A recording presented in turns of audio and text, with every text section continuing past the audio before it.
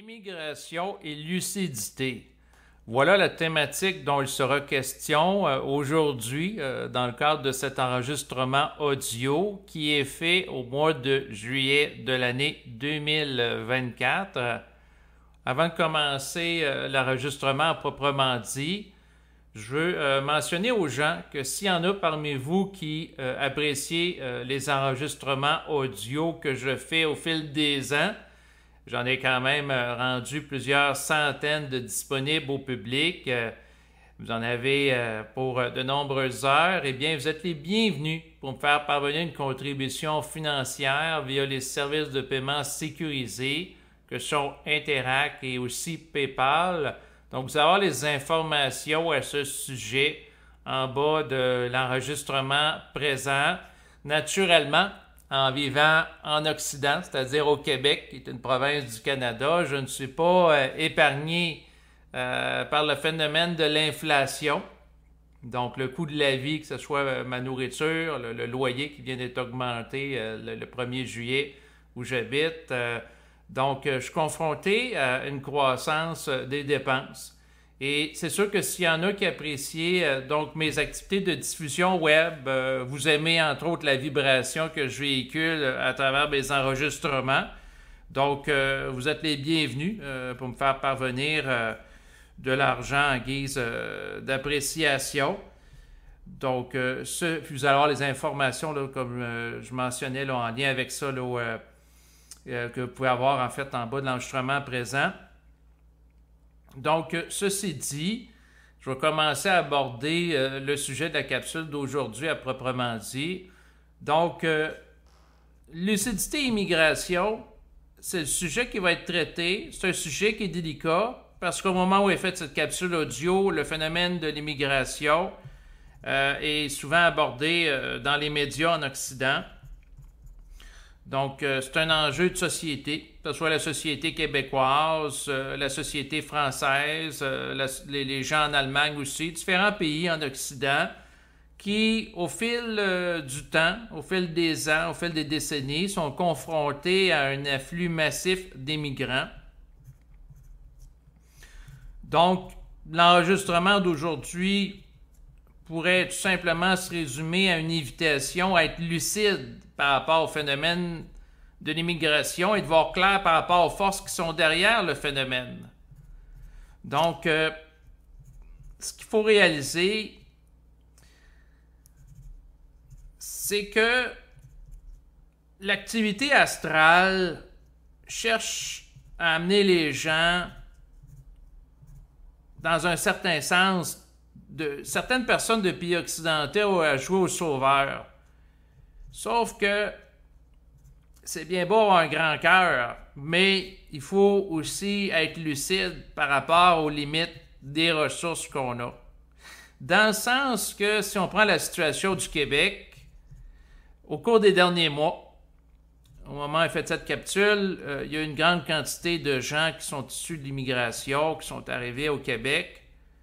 Sauf qu'on est confronté à une problématique qui, lors de cette année 2024, est encore grandissante de pénurie de logements, de maisons. Donc, beaucoup de gens qui arrivent de l'immigration, mais il n'y a pas en proportion une quantité adéquate de maisons ou de logements qui sont construits et rendus à disposition du public, ce qui fait en sorte qu'il y a une pénurie qui est là.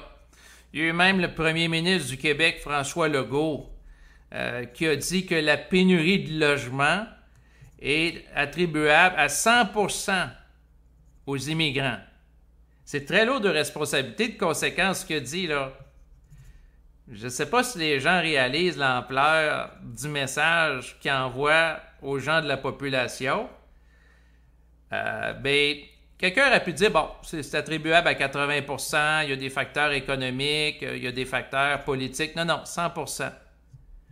En tout cas, c'est cette personne-là, les propos, naturellement, peuvent avoir un impact qui vont avoir des répercussions. Ça peut nourrir des gens qui vont avoir des propos racistes, xénophobes, des propos hostiles à l'immigration. Donc, il y a des répercussions par rapport à ça. Bien entendu, l'objet de l'enregistrement, c'est de faire preuve de lucidité par rapport à tous les phénomènes, dont celui de l'immigration. Donc, il y a des gens, là, des grandes âmes spirituelles ici au Québec puis au Canada, pendant des années, ont voulu sauver la veuve et l'orphelin, donc accueillir des réfugiés politiques, des gens au grand cœur, aux grandes spiritualités, qui veulent bien faire. Sauf qu'il y a des limites, dans le sens qu'il y a une capacité d'absorption par rapport à la quantité de logements disponibles. Même chose pour le domaine scolaire. Je veux dire, il y a des problèmes au niveau de la gestion des classes, parce que là, il y a plein de personnes qui ont besoin de services de francisation. Même chose pour accès aux services de garde. Déjà qu'il y a une pénurie de services de garde au Québec pour des enfants, il en manque près de 30 000, donc on fait venir des gens de d'autres pays. Même chose pour les ressources en matière de santé, dans le sens que le système de santé québécois est défaillant. Les gens ont de la difficulté à avoir un médecin de famille, puis ils peuvent avoir leur nom sur une liste d'attente pendant plusieurs années. Ensuite, avoir accès à des soins spécialisés, comme des traitements, de rencontrer un spécialiste comme, par exemple, un urologue, un dermatologue, ça peut prendre plusieurs mois, plusieurs années. Donc, les services sont défaillants. Donc, c'est quelque chose qui est problématique. Donc, la situation du Québec en lien avec l'immigration est problématique. D'un côté, si on invite des gens à venir ici puis on se présente comme étant une terre d'asile, une terre d'accueil, ben, il ne faut pas que les gens se ramassent ici puis en bon québécois, ça soit l'asile, c'est-à-dire ça soit de la folie. Ça n'a pas d'allure. Donc, je fais un peu un jeu de mots ici, mais d'un côté, on invite des gens à venir ici en grande quantité, mais si on ne leur offre pas les ressources adéquates, ça crée des problématiques. Dans le sens que, au fil des mois, j'ai eu la chance de discuter avec des gens issus de l'immigration. Ils ont de la difficulté à avoir accès, par exemple, à des services de garde pour leurs enfants. Bon, bien, si ces gens-là ne sont pas en mesure d'avoir un service de garde, puis ne sont pas en mesure de travailler, pas parce qu'ils ne veulent pas ne pas travailler, mais parce qu'ils ne sont pas en mesure. Ça peut nourrir des préjugés. Donc, quelqu'un qui voit quelqu'un issu de l'immigration, la personne ne travaille pas, ben la personne peut nourrir le préjugé que cette personne-là est paresseuse, puis qu'elle vient au Québec pour, dans le fond, être entretenue par des programmes sociaux, tout en ne contribuant pas à la société d'accueil. Donc, il y a les failles du système qui peuvent servir l'astral. Donc, il y a des gens qui vont avoir de la haine d'êtres humains pour des êtres humains sous l'influence astrale et sous l'influence, en fait, de politiques sociales défaillantes. Donc, la lucidité par rapport à l'immigration, c'est de réaliser qu'à quelque part, il y a un manque d'intelligence dans la gestion de l'immigration, que ce soit au Québec, que ce soit également dans d'autres pays, la France. Puis, le manque de gestion peut amener de la souffrance vécue par les nouveaux arrivants ou les gens qui sont déjà là. Et dans tous les cas, ces gens-là ont l'impression de vivre une injustice. Prenons par exemple quelqu'un qui arrive de l'extérieur, ne se fait pas reconnaître les diplômes pour travailler ici. Ou la personne qui vit au Québec depuis plusieurs années, puis dans le fond, a de la difficulté à avoir accès à un logement. Puis là, on voit qu'il y a des gens issus de l'immigration qui ont des logements, alors qu'elle a de la difficulté à avoir accès à trouver un logement, où la personne se ramasse même en situation d'itinérance, parce qu'elle n'a pas accès à un logement. Donc, ça peut créer de la jalousie, ça peut créer de l'envie. Donc, c'est très malsain. Mais là, au niveau que je fais mon propos, je suis beaucoup dans la critique sociale, mais je vais l'amener, parce que c'est sûr que mon but de l'enregistrement, je veux aussi la vibration pour amener ça un peu plus loin en termes de propos, pour toucher à des principes vibratoires en relation avec une gestion intelligente de l'immigration. Tant que l'individu n'a pas la capacité de dire non et de s'affirmer, puis il veut faire plaisir à tout le monde, veut pas déplaire, veut pas décevoir, il vibre à de la spiritualité, il vibre au sentiment de la culpabilité s'il dit un non à quelqu'un, ben c'est là qu'il se fait exploiter. C'est là que son niveau de vie se dégrade. C'est là que par la suite, il se fait récupérer par l'astral.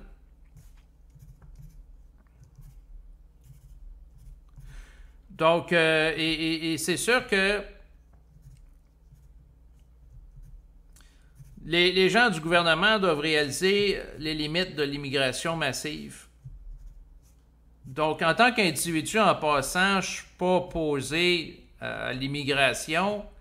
Je discute au fil du temps sur le web avec des gens de différents pays, de différentes ethnies, différentes cultures, en Europe, entre autres. Non, je suis opposé à ce que ça se fasse dans le manque d'intelligence et dans le manque de respect et de l'intégration du principe de l'amour à la fois pour la société d'accueil et les gens issus de l'immigration. Donc, à un moment donné, j'avais discuté avec quelqu'un qui avait étudié dans un autre pays que le Canada. Il a fait un cours d'ingénieur. Résultat, il arrive au Québec, il veut travailler comme ingénieur et on veut pas, l'Ordre des ingénieurs ne veut pas lui reconnaître, dans le fond, ses compétences. Puis il lui demande de refaire, de ce qu'il me disait, je ne sais pas si c'était de l'ordre de la caricature ou c'était au sens littéral, mais tous les cours. Fait que là, il me dit, j'arrive ici, puis je suis pris à refaire tous les mêmes cours que j'ai déjà fait dans mon pays. Et la personne était frustrée, puis elle a raison, parce que il doit y avoir une entente claire que si la personne émigre au Canada, qu'il y ait une préentente avec, par exemple, l'Ordre des ingénieurs, comme de quoi qu'on lui reconnaît des cours, au lieu de faire miroiter, ben viens-t'en ici, puis après ça, on va regarder si on te reconnaît des cours. Non. Ça doit être clair. Aussi, les gens qui s'occupent de représenter le Québec ou le Canada dans d'autres pays, qui soient honnêtes par rapport aux réalités canadiennes et québécoises, qu'ils disent la vérité aux gens.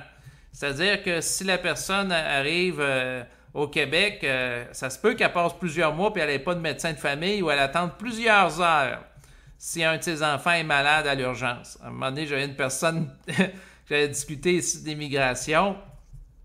Elle avait un enfant qui était malade. Elle m'avait raconté qu'elle avait passé une dizaine d'heures à l'urgence. Elle était offusquée de ça. J'ai quasiment eu le goût de dire, est-ce que vous avez dit ça, les gens qui s'occupent du recrutement à l'étranger, que c'est la réalité canadienne? Je l'ai pas fait.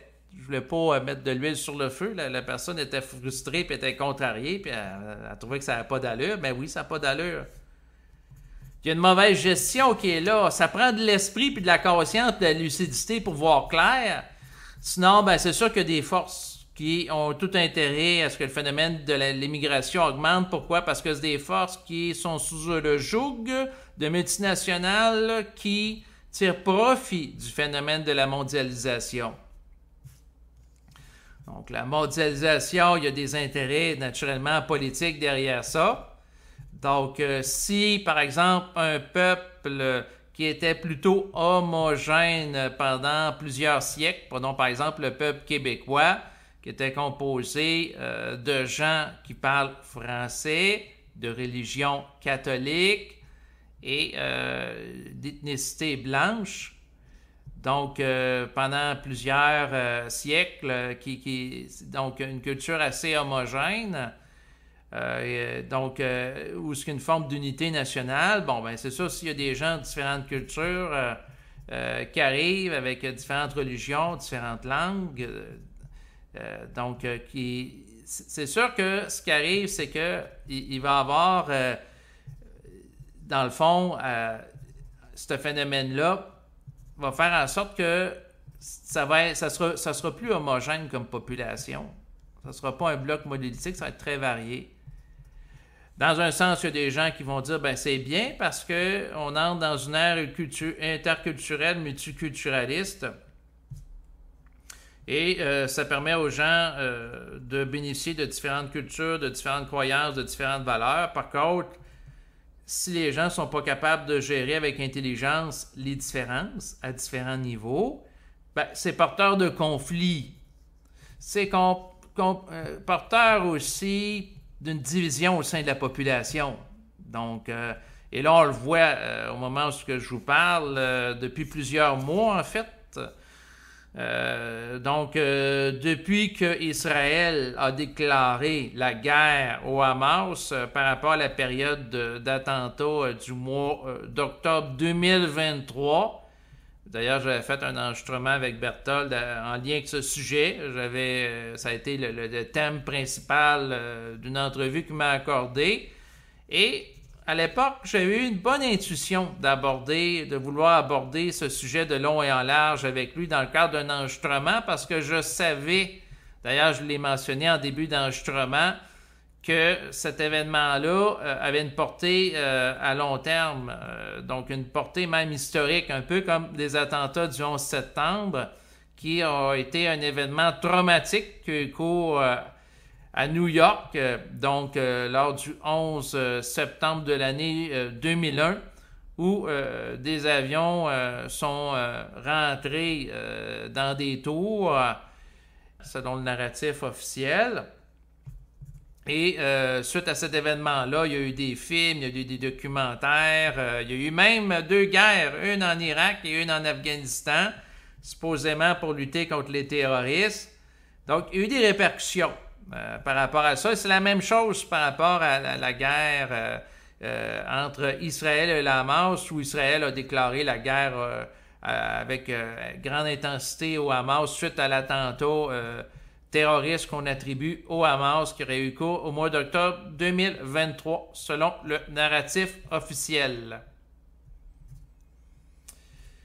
Donc, qu'est-ce qui est arrivé par la suite par rapport au Québec? Ben, ici, on accueille massivement des gens de différents horizons, donc des gens qui sont juifs et aussi musulmans, des gens qui sont pro-palestiniens, et des gens qui sont pro-Israël. Et qu'est-ce qui arrive par la suite dans la ville de Montréal, située dans la province du Québec au Canada?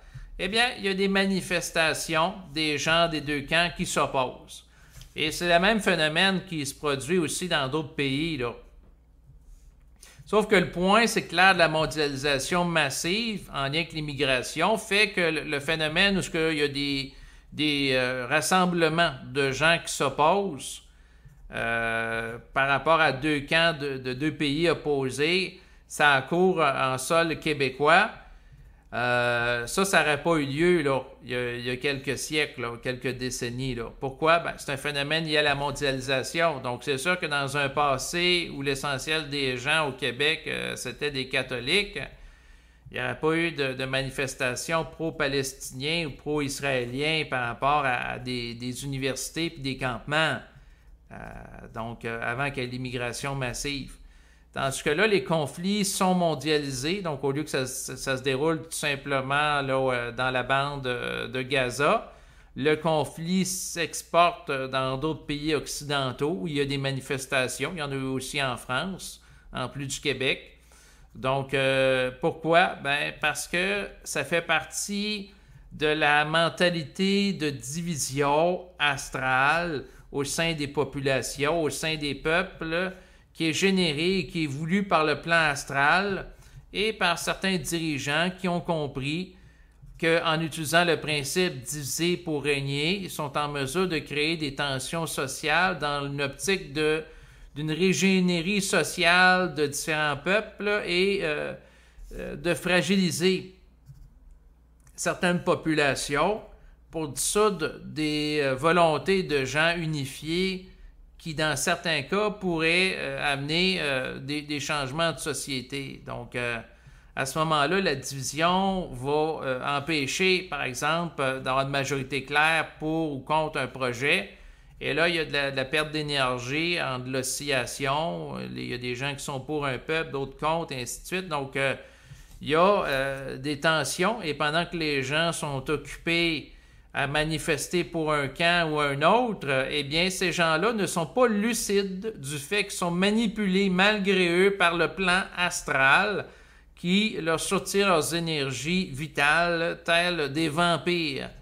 Donc, autrement dit, les gens, pendant qu'ils sont occupés de s'intéresser et alimenter des tensions sociales en lien avec des conflits qui se déroulent, entre autres au Moyen-Orient, ou un peu partout dans le monde, parce qu'on est à l'ère de la mondialisation, ces gens-là n'ont pas leur attention tournée vers leur activité intrapsychique pour voir qu'est-ce qui se passe, puis être lucide par rapport à qu'est-ce qui se passe dans le mental, puis avoir un recul critique.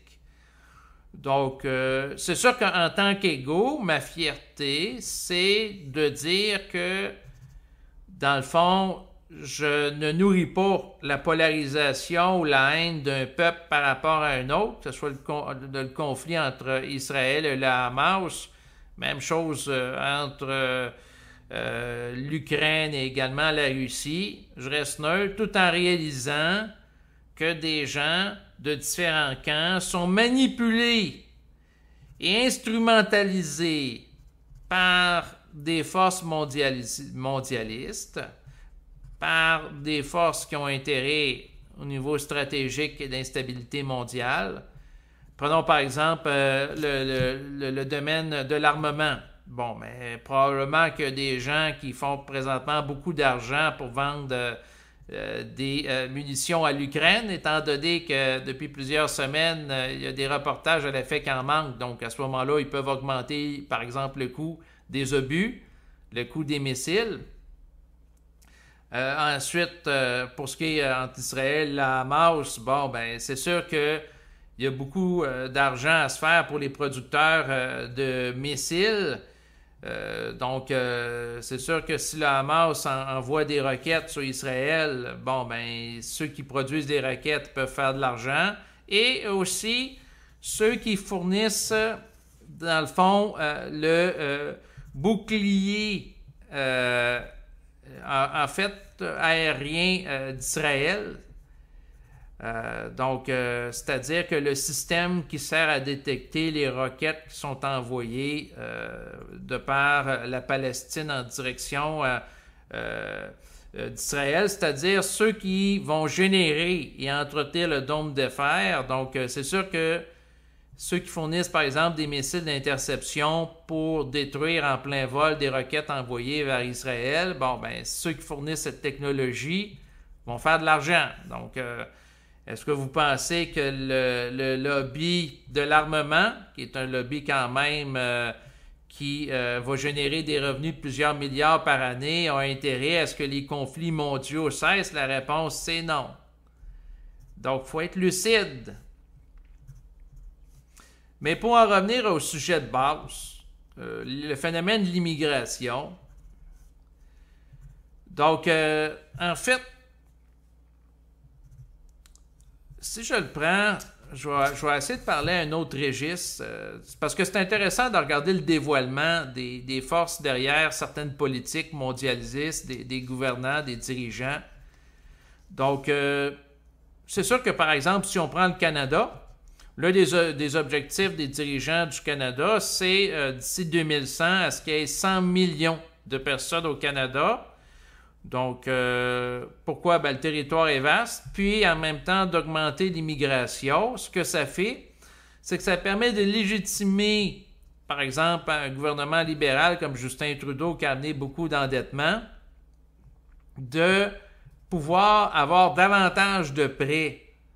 Pourquoi? Parce que plus qu'il y a de personnes au Canada, plus que les responsables du gouvernement peuvent plaider et justifier leur endettement en disant, ben écoutez, on s'endette présentement, mais c'est pas grave parce qu'on va être plus nombreux plus tard pour payer les factures des dettes d'aujourd'hui. Donc, en acceptant massivement des gens issus de l'immigration qui vont venir travailler au Canada, bien, on va augmenter le produit intérieur brut, c'est-à-dire la capacité de générer des actifs, notre richesse collective, et par la suite, ça va légitimer le fait qu'on s'endette de plus en plus. C'est comme de dire, ben, quelqu'un, par exemple, va s'endetter en disant, ben, moi, je vais hypothéquer ma maison, donc je la mets en garantie pour avoir une plus grande marge de crédit. Et on peut hypothéquer sur notre avenir en disant, ben, je vais avoir telle chose demain, tel revenu, ce qui me permet de légitimer que demain, je vais probablement rembourser mes dettes, donc prêtez-moi plus d'argent. Donc c'est sûr que si on est, au lieu d'être 35, là je ne me rappelle plus exactement le nombre de la population au Canada, mais disons que si on est 35 millions puis on passe à 100 millions en 2100, ben, on peut dire on va être plus nombreux pour régler les problèmes d'endettement d'actuel. C'est juste des problèmes d'endettement passagers. Donc, à ce moment-là, ça permet de légitimer tout ça, cette politique-là, puis on augmente la richesse. La valeur des maisons augmente, vu qu'il y a plus de demandes pour le nombre de maisons ou de logements. On l'a vu à Montréal, qu'est-ce que ça a donné? Avec des gens qui se ramassent, des familles sans logis là, le 1er juillet 2024. Là, on disait dans les bulletins de nouvelles qu'il y avait des records. Mais ça augmente la richesse du patrimoine immobilier du pays. Donc, un peu comme quelqu'un qui met sa maison à garantie pour avoir plus d'argent, on peut dire que le Canada et le Québec vaut plus cher sur le plan de l'immobilier pour légitimer des emprunts plus importants. Parce qu'on crée un phénomène de rareté. Sinon, l'immigration, quand on la regarde au niveau politique, c'est sûr que les partis qui font la promotion du multiculturalisme ont tout intérêt à valoriser le phénomène d'immigration, puis de souhaiter la bienvenue aux demandeurs d'asile, que ce soit Justin Trudeau au Canada ou Joe Biden aux États-Unis, où il y a au-dessus de 2 millions de demandeurs d'asile qui ont passé là, dans les derniers mois là, au sud de la frontière. Ben, ils ont tout intérêt à ça. Pourquoi? Ben, parce que les gens issus de l'immigration vont voter pour des partis qui vont faire la promotion de l'immigration, l'interculturalisme. Ils ne voteront pas pour des partis nationalistes, comme par exemple le Parti québécois qui veut l'indépendance du Québec. Pourquoi? Parce que, dans le fond, l'un des objectifs derrière le phénomène de l'immigration massive, c'est amener une dimension interculturelle à la population canadienne et à ce moment-là aussi amener des politiques en relation avec ça. Bien entendu, il y a des avantages puis il y a des inconvénients liés à l'interculturalisme, comme par rapport à toute chose. Même chose pour l'immigration. C'est sûr que des gens qui ont bénéficié de l'immigration ici au Québec, dans le sens qu'il y avait des pénuries, prenons par exemple les cueilleurs de fruits l'été, donc de fraises, donc les agriculteurs, le manque de personnel dans le domaine de la santé, préposé aux bénéficiaires, ensuite des infirmières. Donc, il y a des gens dans différents secteurs qui ont bénéficié du phénomène de l'immigration par rapport aux pénuries de main-d'œuvre. Il y a des gens qui proviennent d'autres pays qui peuvent, si on reconnaît leurs compétences ou s'ils font des emplois sans qualification, ben, ils vont pouvoir travailler rapidement puis, dans un sens, améliorer leur niveau de vie. Sauf que le point de tout ça, c'est qu'il y a un manque très grand de respect et d'intégration du principe de l'amour. On est entouré malheureusement, de gens qui cherchent à manipuler puis tirer les ficelles de leur côté. Prenons par exemple des responsables du Canada qui vont à faire miroiter aux immigrants que le niveau de vie au Canada est élevé, qu'ils vont être heureux puis que ça va bien aller. Or, moi je suis de l'avis qu'ils leur disent la vérité. On a des problèmes d'accès à des soins de santé décents, problèmes d'accès au logement. Donc, c'est quand même des éléments importants à prendre en considération dans l'équation avant de penser d'immigrer au Québec. Problème d'accès aux services de garde aussi. Puis, pour ce qui est de l'autre côté, c'est-à-dire que, dans le fond, si les gens issus de l'immigration viennent ici, ben il faut leur dire qu'à quelque part, l'importance du principe de l'égalité homme-femme, parce que des gens qui peuvent venir ici des intégristes religieux dans l'optique d'établir une théocratie, que ce soit un agenda, affiché ou voilé, ils peuvent avoir objectif d'implanter un régime juridique en relation avec des croyances religieuses et au nom de leur vision du bien, imposer ça à la population du pays hôte en général. Donc, qui pourrait amener naturellement des troubles sociaux. Je me censure un peu parce que je pense à certaines situations qui ont eu cours en Europe en relation avec des gens issus de l'immigration qui ont été dans des agissements liés à de l'intégrisme religieux, donc des agissements qui ont été faits dans un esprit de domination, d'imposition. Mais le danger, naturellement, c'est une sélection inadéquate des immigrants qui viennent ici et qui vont créer un certain chaos social. Puis le danger aussi, c'est que les immigrants n'aient pas une vision qui soit réaliste du Canada parce qu'on leur fait miroiter que c'est un beau pays.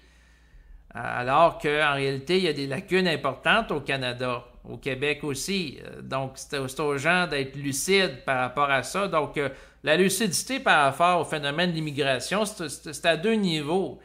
C'est-à-dire, c'est le niveau de l'immigrant qui veut venir au Québec, par exemple, puis le niveau des Québécois qui accueillent des immigrants. Donc, il faut être lucide, tu sais, par rapport à qui tu laisses rentrer dans ta maison.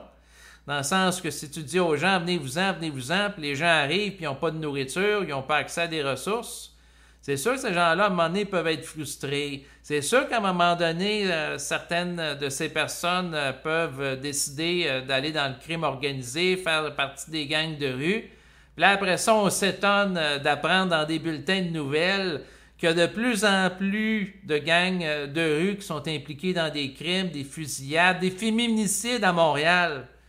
Mais oui, mais si il y a des gens qui sont issus de l'immigration qui pensent avoir un niveau de vie décent ici, puis ils se ramassent dans des situations de pauvreté ou de difficulté à avoir accès à un travail ou à un logement, bien, c'est sûr qu'il y a des gens qui ne travailleront pas qui vont vouloir faire partie des gangs de rue.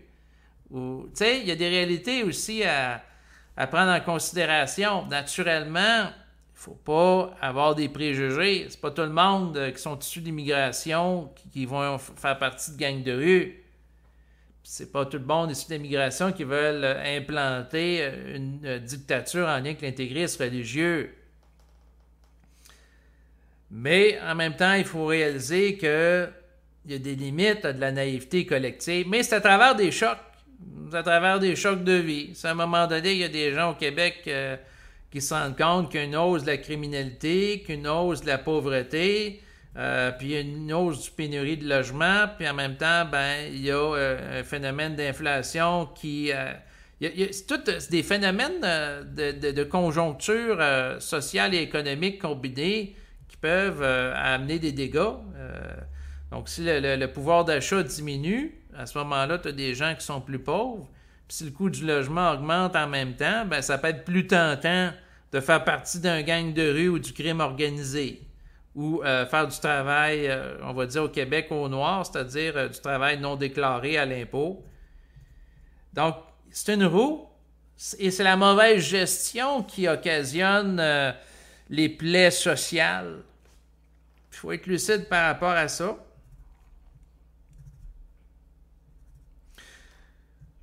Sinon, ben c'est sûr que en même temps, ben c'est un cercle vicieux ce qui se passe présentement sur la Terre, parce que je pourrais faire plein d'enregistrements pour critiquer de la mauvaise gestion gouvernementale qui est faite dans le dossier de l'immigration. Mais en même temps, ce qu'il faut réaliser, c'est que les gens sont la plupart du temps manipulés par des forces qui leur échappent. Donc, les gens n'agissent pas nécessairement en connaissance de cause et ils n'ont pas une conscience vibratoire. Ils n'ont pas une conscience, par exemple, de percevoir la vibration d'un individu pour, lorsqu'il veut passer les douanes, avoir une sensibilité de capter par rapport à l'énergie qu'il dégage. Si la personne est bien ou mal intentionnée par rapport à la population qu'il va rejoindre. Certes, il y a des douaniers qui ont un certain niveau d'intuition, mais ça, c'est un niveau peut-être un peu trop sophistiqué, juste sur des critères de base, là, de sélection en lien à regarder avec les antécédents judiciaires de la personne, etc. Donc, c'est sûr que des gens qui font des demandes d'asile, que leur situation est évaluée, ben, c'est tout le temps de voir aussi derrière ça la rigueur de l'évaluation. Mais finalement, je fais l'enregistrement en lien avec le phénomène de l'immigration, puis il me passe beaucoup de choses en tête. Puis souvent, ça revient à une vision, puis en tant qu'ego qui réfléchit, ça m'écoeure parce que dans un sens, il y a des gens qui font la gestion de l'immigration qui sont inconscients, puis il y a des gens issus de l'immigration qui sont inconscients, et il ne peut pas en être autrement car ils n'ont pas une plus grande quantité de contenir la vibration supramentale, et c'est à l'individu qui a la plus haute vibration, c'est-à-dire la conscience supramentale, de se protéger de la bêtise humaine, à la fois par les membres de son pays qui sont naïfs, et à la fois des gens qui sont issus de l'immigration, qui, dans certains cas, peuvent manquer d'ajustement. Et là, le positionnement que j'ai, c'est que je dis, dans les deux camps, il peut y avoir des manques d'ajustement vibratoire, des manques de conscience. Donc, il faut être lucide par rapport à ça. Puis, il faut être vigilant. Donc, c'est sûr que je pense, entre autres, à la situation en France, où que certains quartiers que malheureusement, dans le fond, le nombre de crimes a augmenté. Ce pas des quartiers sécuritaires à se promener. Et la mauvaise gestion qui est faite en lien avec l'immigration, confrontée à des problèmes de pauvreté, confrontée aussi à des phénomènes de classe et d'exclusion sociale, tout ça combiné ensemble crée des dégâts sociaux importants. Et voilà encore du bien vivre ensemble. Ça, là, cette expression-là, qui va être amenée par des dirigeants, l'importance du bien vivre ensemble collectif. En fait, il y a beaucoup d'hypocrisie par rapport à ça. Parce que, objectivement, quelqu'un qui veut bien vivre avec les autres, il est dans un esprit de respect sincère, puis il va gérer son pays de manière intelligente. Quelqu'un qui invite plein de personnes issues de l'immigration à venir ici, puis là, les gens arrivent puis ils n'ont pas de logement. C'est problématique. Où les logements coûtent très cher. Puis après ça, si ces gens-là qui ont besoin d'argent pour payer leur loyer sont dans la criminalité, dans les gangs de rue, puis après ça, dans quelle mesure ça devient légitime de leur reprocher? C'est parce que les dirigeants ont une responsabilité. La responsabilité est très lourde. Moi, je suis heureux de ne pas être politicien à l'époque actuelle, mais tout simplement d'observer qu'est-ce qui se passe. D'observer la naïveté. Il y a des gens qui viennent d'autres pays qui se font chanter la pomme, miroiter le rêve d'une vie meilleure au Québec, qui dans certains cas tournent au cauchemar, puis de regarder la naïveté des gens qui veulent sauver les personnes qui sont trop prises avec des catastrophes naturelles de d'autres pays ou de l'instabilité politique, alors qu'ils ont de la difficulté à payer leur loyer à la fin du mois ou ils ont de la difficulté à s'alimenter adéquatement. C'est sûr que je suis de l'avis que la personne doit s'occuper d'elle d'abord, d'être en santé, cohérente dans le mental, avant de vouloir jouer à Mère Teresa pour sauver tout le monde. Même chose par rapport à un pays, dans le sens que si le Canada fait des records d'endettement depuis quelques années, s'il y a beaucoup de Canadiens qui ont des problèmes pour avoir accès à la propriété, un service de garde, un médecin de famille, qu'on résout ces problèmes-là pour faire un milieu de vie agréable. Puis lorsqu'on aura des surplus financiers en lien avec une bonne gestion du Canada, une bonne gestion du parc immobilier, du réseau de la santé, là, on invitera des gens, puis on voudra sauver la veuve et l'orphelin. Moi, je vois ça comme ça, c'est-à-dire charité bien ordonnée commence par soi-même, et c'est à l'individu de s'occuper de lui-même avant de vouloir sauver tout le monde. C'est extrêmement naïf, ça. Et ça risque de se retourner contre certains dirigeants, parce qu'il y a des gens qui souffrent. Donc, je veux dire, à un moment donné, la mauvaise gestion qui est faite depuis des années Si on pense à la mauvaise gestion dans le réseau de santé, ça fait pas 2 ans, ça fait au-dessus de 20 ans que c'est mal géré au Québec. Puis qu'il y a des problèmes d'avoir accès à un médecin de famille. Ils ne savent plus trop quoi faire comme réforme. Donc, c'est sûr que quand je regarde ça, ça me contrarie. Mais on est dans un monde d'involution.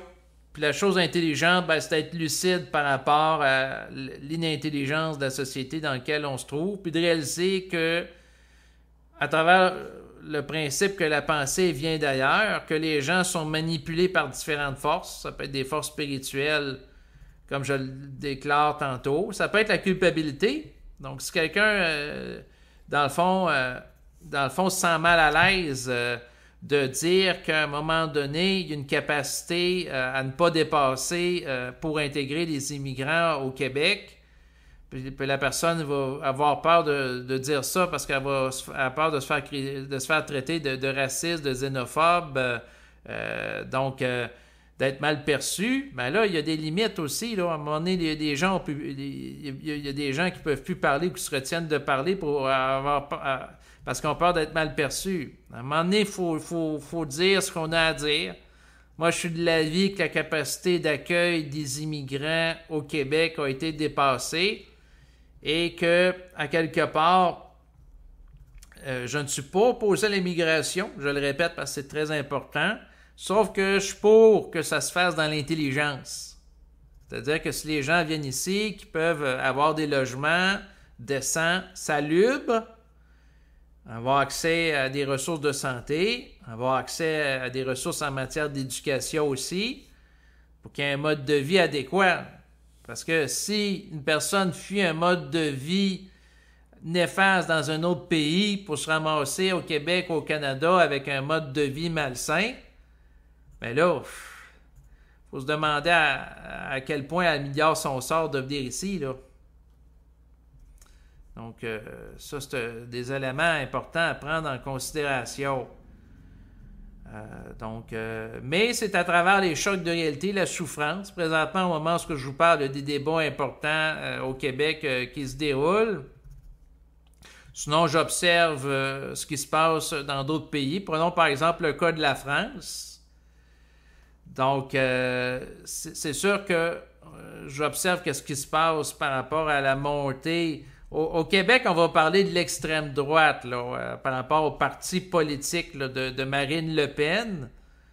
Bon, ben, ça, c'est les médias québécois là, qui la dépeignent comme ça, mais ce qu'il faut réaliser, c'est qu'il y a des gens qui vont être plus du côté réaction, oppression mondialiste et interculturelle. Et c'est sûr qu'il y a des gens qui aussi, par rapport au phénomène d'immigration massif, si il y a des problèmes de gestion en lien avec ça, ben, il y a des gens qui, à un moment donné, vont s'opposer à l'immigration massive là, qui va créer, dans certains cas, des problématiques sociales, là. Et il y a des gens qui vont voter autrement. Donc, par rapport à des problèmes de mauvaise gestion de l'immigration, entre autres en France, bon, ben, ça a amené des changements politiques qu'on n'aurait pas vus avant. Donc, c'est-à-dire qu'il va y avoir un contre-coup par rapport à ça. Parce que s'il y a des gens qui souffrent par rapport à certains phénomènes, ben, à un moment donné, qu'est-ce qui va arriver? Ben, ils vont changer leur façon de se comporter, d'agir, etc. Donc, c'est sûr que la planète Terre, quand je regarde ça, c'est une planète par essai-erreur. Et c'est sûr que, d'où la dimension expérimentale, et que je trouve ça regrettable d'observer ça, mais c'est des chocs nécessaires. Donc, quand les gens sont confrontés, comme ici au Québec, à des problèmes importants de pénurie de logement, ben là, il y a des gens qui vont parler ou dire des choses tranquillement, je vois ça dans les médias de masse, qu'on n'entendrait pas autrefois. Donc, il y a des gens qui vont parler que ça va prendre un plus grand encadrement du phénomène de l'immigration, qu'il va falloir établir des balises, des seuils maximales d'immigration pour éviter certaines problématiques sociales en relation, entre autres, avec le manque de logement, et ainsi de suite, manque de ressources. Donc, c'est des ajustements. Mais si on ajustait en fonction de la vibration, on n'aurait pas à s'ajuster par la suite. Et les coûts sociaux, les coûts humains, que ce soit du côté des gens qui habitent le pays ou issus de l'immigration, sont extrêmement lourds. Parce que ça crée de la polarisation. Ça va précisément nuire au bien vivre ensemble. Donc, il y a des gens qui vont favoriser l'immigration en disant que c'est pour favoriser le bien, l'être en soi ensemble. On va essayer de l'exprimer d'une manière philosophique européenne. L'être avec autrui en harmonie.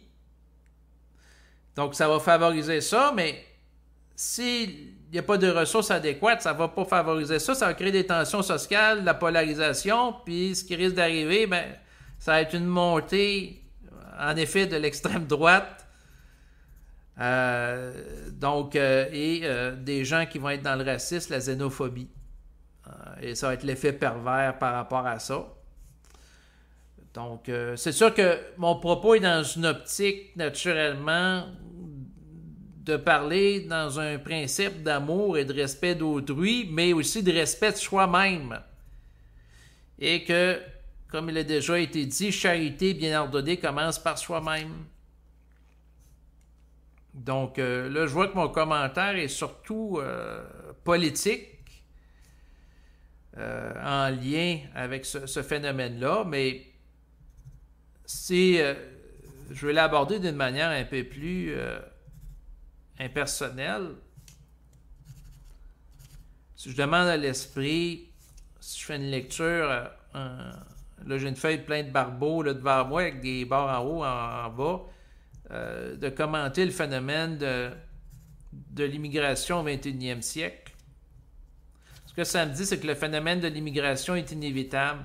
Il est en relation avec le développement et l'accroissement des technologies de communication qui favorisent les échanges d'informations, peu importe les endroits dans le monde, les déplacements des personnes avec l'utilisation des bateaux, des avions. De plus en plus, des gens peuvent se déplacer rapidement sur des grandes distances et c'est la même chose par rapport au phénomène du déplacement des idées, de la pensée. Il y a le phénomène de la réduction et de l'abolition des frontières avec la mondialisation. Et ça, c'est en relation avec le fait que les choses s'accélèrent sur Terre. Et l'accélération des échanges entre les gens des différentes cultures est propice à des ajustements vibratoires multiples. Donc, le phénomène de la mondialisation, qui donne place entre autres au phénomène de l'immigration, peut avoir une visée évolutive pour différents individus concernés par rapport au phénomène. Le phénomène peut être enrichissant si les gens, la société d'accueil et les immigrants aient un respect intégral et mutuel pour l'un envers l'autre.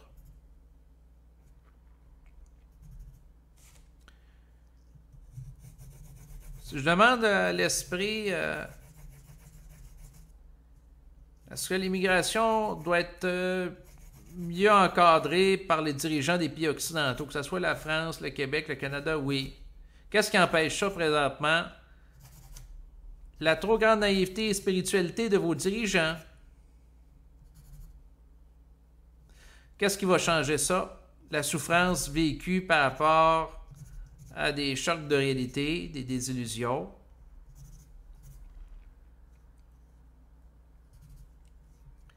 Une mésinterprétation, une mésévaluation des gens.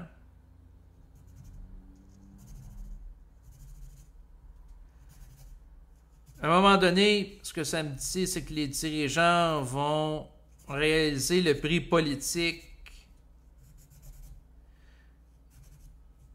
de certains comportements qu'ils ont eus.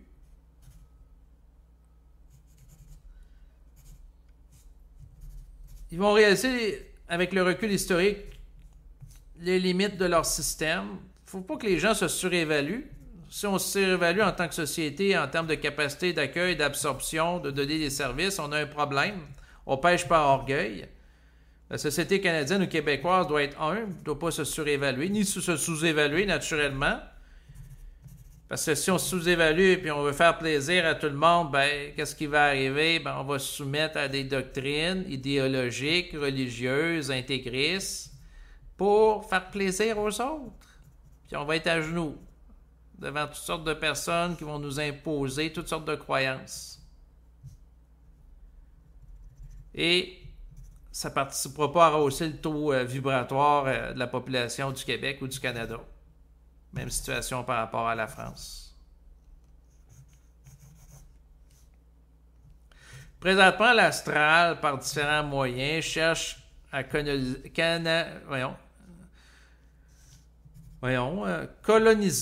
la psyché des gens. Autrefois, là, il y avait eu la France qui a implanté une colonie au Québec qu'on appelait la Nouvelle-France, qui a colonisé l'Afrique aussi. Donc, derrière ça, il y a une vibration astrale, une mentalité d'imposer une vision, par exemple, du monde avec des valeurs. Il y a eu l'Angleterre aussi. Et là, à l'heure de la mondialisation, c'est de la colonisation idéologique, de croyances religieuses, de croyances de toutes sortes, par des gens qui sont inconscients, de l'apporter des forces qui sont derrière leurs croyances et qui croient, dans certains cas, sincèrement faire le bien en voulant convertir les autres à ces croyances. Et tant que les gens n'ont pas les corps d'énergie, ben, ils ne peuvent pas fusionner avec l'esprit, ils ne peuvent pas avoir bénéficié de l'éclairage de l'esprit qui leur permet d'avoir un regard critique par rapport aux formes des croyances. Tant qu'ils n'ont pas ce regard critique-là, une capacité de critique absolue, ben, ils sont des êtres qui sont sous influence de croyances et qui vont chercher à reproduire, répliquer les croyances qu'ils vont enseigner à leurs enfants, aux membres de leur entourage, au nom d'une forme de morale et d'idéologie. Ils vont être au service de forces qui les échappent en relation avec du mémoriel. C'est aux gens des pays d'être vigilants, d'être extrêmement lucides par rapport au phénomène de l'immigration qui se produit. Non pas pour nécessairement y être opposé ou être ouvert, mais regarder qu'est-ce qui se passe, sans nécessairement aller dans un sens d'une position idéologique rigide. C'est être lucide, le principe de l'intelligence, par rapport à toute forme de phénomène. Et bien entendu, la lucidité est en relation avec l'activité de la conscience autonome, qui se donne le droit d'évaluer par elle-même, d'observer, de lire la vibration derrière les gens, les événements, les intentions, d'être capable de composer intelligemment par rapport à tout ça. Et pour en revenir au début du propos, c'est sûr que l'enregistrement présent est une invitation à faire preuve de lucidité par rapport au phénomène de l'immigration, d'être capable de regarder derrière le phénomène les implications vibratoires que ça a, et que l'individu soit capable de faire preuve de discernement par rapport aux gens qu'il rencontre, où ce qui va aller, ou qui accueille. Voilà ce qui devait être dit dans le cadre de l'enregistrement présent. Donc, c'est sûr que en lien avec mes enregistrements, comme mentionné en entrée au début de cette capsule audio, si vous appréciez mes enregistrements, vous êtes les bienvenus pour me faire parvenir une contribution financière via les services de paiement sécurisés que sont PayPal et aussi Interac. Donc, vous allez avoir toutes les informations à ce sujet en bas de l'enregistrement présent. Donc, comment procéder? Donc, c'est sûr que je remercie plus particulièrement les gens qui, au fil des mois et aussi des années, m'ont fait parvenir des contributions financières. Et bien naturellement, je salue tout le monde et vous remercie de votre écoute et vous dis à bientôt pour une autre capsule audio un peu plus tard. Au revoir.